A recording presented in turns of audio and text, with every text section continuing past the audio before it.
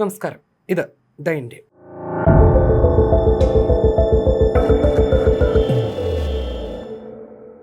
തീരക്കടലിൽ ഇനി മാൽവൻ കാവൽ. ഇന്ത്യയുടെ മാഹി ക്ലാസ് വിഭാഗത്തിൽപ്പെട്ട രണ്ടാമത്തെ ആന്റി സബ്മറൈൻ യുദ്ധക്കപ്പലായ INS മാൽവൻ ഔദ്യോഗികമായി കമ്മീഷൻ ചെയ്തു. കർണാടകയിലെ കാർവാർ നാവികതാളത്തിൽ നടന്ന ചടങ്ങിൽ air chief marshal AP Singh ആണ് കപ്പൽ രാജ്യത്തിന് സമർപ്പിച്ചത്. ഈ വർഷം നാവികസേനയുടെ ഭാഗമാകുന്ന 7ാമത്തെ യുദ്ധക്കപ്പലാണിത്. 80% തദ്ദേശീയ സാങ്കേതികവിദ്യ ഉപയോഗിച്ച് കൊച്ചിൻ ഷിപ്പ്യാർഡ് ലിമിറ്റഡാണ് കപ്പൽ നിർമ്മിച്ചത്. Western naval command flag officer commanding in chief vice admiral Sanjay വത്സിന്റെ സാന്നിധ്യത്തിൽ air staff chief air chief marshal AP Singh commissioning ചടങ്ങിന് നേതൃത്വം നൽകുകയായിരുന്നു.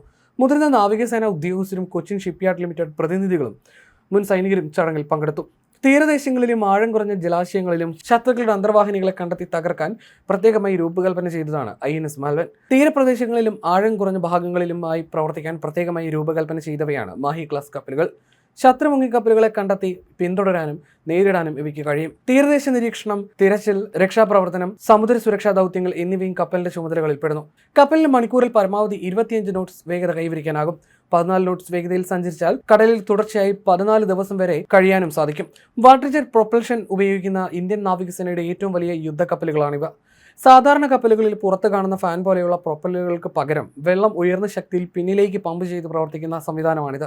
ന്യൂട്ടന്റെ 3ാം ചലന നിയമത്തെ അടിസ്ഥാനമാക്കിയാണ് ഈ തത്വം പ്രവർത്തിക്കുന്നത്. കപ്പലിന്റെ അടിഭാഗത്തുള്ള ദ്വാരങ്ങളിലൂടെ വെള്ളം ഉള്ളിലേക്ക് വലിച്ചെടുത്ത് എഞ്ചിനുമായി ബന്ധിപ്പിച്ചിരിക്കുന്ന പമ്പ് ഈ വെള്ളത്തെ വേഗത്തിൽ കപ്പലിന്റെ പിന്നിലേക്ക് തള്ളുന്നതാണ് ഈ സംവിധാനത്തിന്റെ പ്രവർത്തനം. പുറത്തേക്ക് നിൽക്കുന്ന പ്രൊപ്പല്ലറുകൾ ഇല്ലാത്തതിനാൽ കടലിൽ അടിത്തട്ടിലോ മണ്ണിലോ തട്ടി കപ്പലിന് കേടുപാടുകൾ സംഭവിക്കുകയില്ല എന്നതും നേട്ടമാണ്. 6 മെഗാവാട്ട് ഉൽപ്പാദിപ്പിക്കുന്ന 3 ഡീസൽ എഞ്ചിനുകളാണ് ഇതിനുള്ളത്. വെള്ളത്തിനടിയിൽ വളരെ കുറഞ്ഞ ശബ്ദം മാത്രം ഉണ്ടാക്കുന്നതിനാൽ ശത്രുക്കളുടെ മുങ്ങിക്കപ്പലുകളെ കണ്ടെത്താനും ഇതേറെ അനുയോജ്യമാണ്.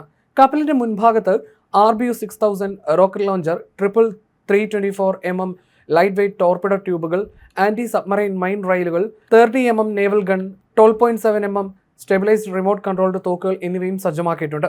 പ്രതിരോധ സംവിധാനങ്ങളുടെ ഭാഗമായി മഹീന്ദ്ര ഡിഫൻസ് സിസ്റ്റംസ് നൽകുന്ന ടോർപിഡോ ഡിക്കോയ് ലോഞ്ചിങ് സംവിധാനങ്ങളും കപ്പലിലുണ്ട്. Integrated anti submarine warfare defence ഇൻസ്റ്റിറ്റ്യൂട്ടിന്റെ ഭാഗമായിട്ടാണ് ഇവ പ്രവർത്തിക്കുന്നത്. ആക്രമണത്തിനും പ്രതിരോധത്തിനുമുള്ള ഇത്തരത്തിലുള്ള വിവിധ സംവിധാനങ്ങളുടെ സംയോജനം സങ്കീർണമായ തീരദേശ മേഖലകളിൽ സ്വതന്ത്രമായി പ്രവർത്തിക്കാൻ INS മാൽവനെ പ്രാപ്തമാക്കുന്നു.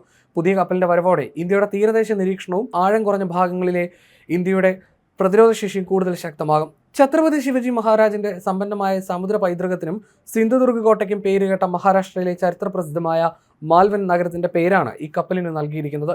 കപ്പലിന്റെ ഔദ്യോഗിക മുദ്ര അഥവാ ക്രസ്റ്റ് നാവികസേന കഴിഞ്ഞ ദിവസം പുറത്തുവിട്ടിരുന്നു. ഛത്രപതി ശിവജി ഉപയോഗിച്ചതെന്ന് പറയപ്പെടുന്ന വാഗ്നഖ അഥവാ പുലിനഖമാണ് മാൽവന്റെ ക്രസ്റ്റിൽ ആലേഖനം ചെയ്തിരിക്കുന്നത്.